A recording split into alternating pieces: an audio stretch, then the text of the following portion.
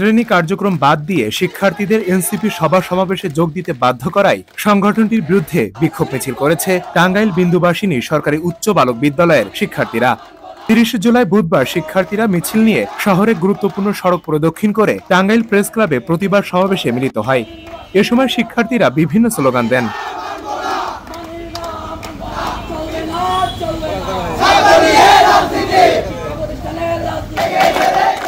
শিক্ষার্থীদের অভিযোগ, জাতীয় নাগরিক পার্টি কর্তৃক আয়োজিত জুলাই সমাবেশে বিদ্যালয়ে পাঠদান চলাকালীন সময়ে উপস্থিত হয়ে ক্লাস বাদ দিয়ে জোরপূর্বকভাবে ছাত্রদের সভা সমাবেশে নিয়ে যায়।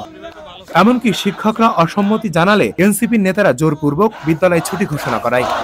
গতকাল আমাদের এখানে একটা রাজনৈতিক দলের মিছিল ছিল বা পদযাত্রা ছিল। তারা তাদের টাঙ্গাইলের যে কেন্দ্রীয় নেতৃবৃন্দ তারা আমাদের স্কুলে যায়, শিক্ষকদের অনুমতি ব্যতীত তারা বিভিন্ন ক্লাসরুমে প্রবেশ করে। এরপর হচ্ছে শিক্ষার্থীদের বিভিন্ন কথা বলে, মানে অরাজনৈতিক কথা বলে, যে এটা কোনো রাজনৈতিক না এই বলে শিক্ষার্থীদের বের করে নিয়ে যায়। শিক্ষার্থীরা ভাবছে হয়তো এটা অরাজনৈতিক, যেহেতু ক্লাসের ভিতরে ঢুকে গেছিল সেহেতু ভাবছে হয়তো প্রধান শিক্ষকের ডিসির অনুমতি আছে। এটা শিক্ষা প্রতিষ্ঠান প্রবেশ করার পর ক্লাসে যে টিচার ছিল তাদের কোনো তোয়াক্কা না করে তাদের ঘোষণা শুরু করে দেয়। এরপর শিক্ষকরা, মানে তারা আমার কাছে যেটুকু শুনছি তারা বলছিল হচ্ছে আন্দোলন করছো, কে যারা আন্দোলন করছো কাইন্ডলি একটু দাঁড়াও। তারা দাঁড়াইছে, যেহেতু আন্দোলন করছে তারা বেরোয় আসছে।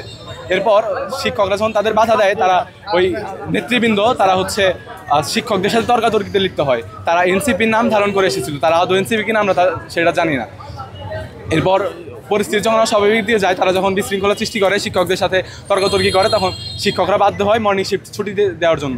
মর্নিং শিফট ছুটি দেওয়ার পর তারা বাসায় চলে যাওয়ার কথা। তারা গিয়েছিল ওই মিছিলে, তারা এই দিক দিয়ে মানে রানিং মিছিল করে। ফেসবুকে প্রচুর পরিমাণ লেখালেখি হচ্ছে বিন্দুবাসিনীর ছেলেদের, যেখানে তাদের ভোটার অধিকার হয় না, তাদের বয়স হয় না ভোট দেওয়ার, তারা কেন রাজনৈতিক মিছিলে যাবে? তারা কোনো সাংস্কৃতিক মিছিলে গিয়েছিল না, তারা গিয়েছিল না সাংগঠনিক মিছিলে, তারা গিয়েছিল রাজনৈতিক মিছিলে। আমরা এর প্রতিবাদ চাই। কেন শিক্ষার্থীদের, ষষ্ঠ থেকে দশম শ্রেণীর শিক্ষার্থীদের কেন রাজনৈতিক মিছিলে যাওয়ার জন্য উস্কানি দেওয়া হয়েছিল? তারা এনসিপির নাম বলে ছাত্রদের বের করে নিয়ে আসছে এবং তারা বলছে এটা তোমাদের জুলাই সনদ, এছাড়া আরও বিভিন্ন বুঝাইছে, মানে এটা অরাজনৈতিক সংগঠন। কিন্তু আমরা ফেসবুক, টিভি সব জায়গায় নিউজে দেখছি এটা এনসিপির পলিটিক্যাল একটা প্রোগ্রাম। এখানে কেন আমাদের ছাত্র সমাজ যাবে? গতকাল যে ঘটনাটা ঘটেছে আমার ছোট ভাইদের সাথে, এটা খুবই নেক্কারজনক একটা ঘটনা। আমার জানা নেই টাঙ্গাইলের ইতিহাসে কখনো মানে বিন্দুবাসিনীর বাচ্চাদেরকে বা আমার ছোট ভাই বোনদেরকে কখনো স্কুল থেকে বের করে কোনো রাজনৈতিক মিছিলে নিয়ে যাওয়া হয়েছে কিনা এরকম কোনো নজির আমার জানা নাই। তো আমরা স্কুল থেকে বের হয়েছি প্রায় 10 বছর, এর মধ্যে কখনোই এই ধরনের ঘটনা ঘটে নাই। এবং আমি এটা একদম স্পষ্টভাবে বলতে চাই, আপনি যে রাজনৈতিক দলেরই হন, আপনি যদি টাঙ্গাইলে জনপ্রিয়তা হারাতে চান, আপনি বিন্দুবাসিনীকে একটা খোঁচা দেওয়াই যথেষ্ট। বিগত সময়ে আমরা দেখেছি আমাদের স্কুল নিয়ে যারাই রাজনীতি করার চেষ্টা করেছে, ইভেন আমাদের দেয়াল নিয়ে একটা ঘটনা হয়েছিল, এই ধরনের যারাই করেছে তারা আসলে শেষ পর্যন্ত টিকে থাকতে পারে নাই এবং শুধুমাত্র ক্ষমা না চাওয়ার কারণে অনেকেরই পতন হয়েছে। আপনাদের সাথে আমাদের ব্যক্তিগতভাবে কোনো মানে দ্বন্দ্ব নাই, কোনো ক্ল্যাশ নাই।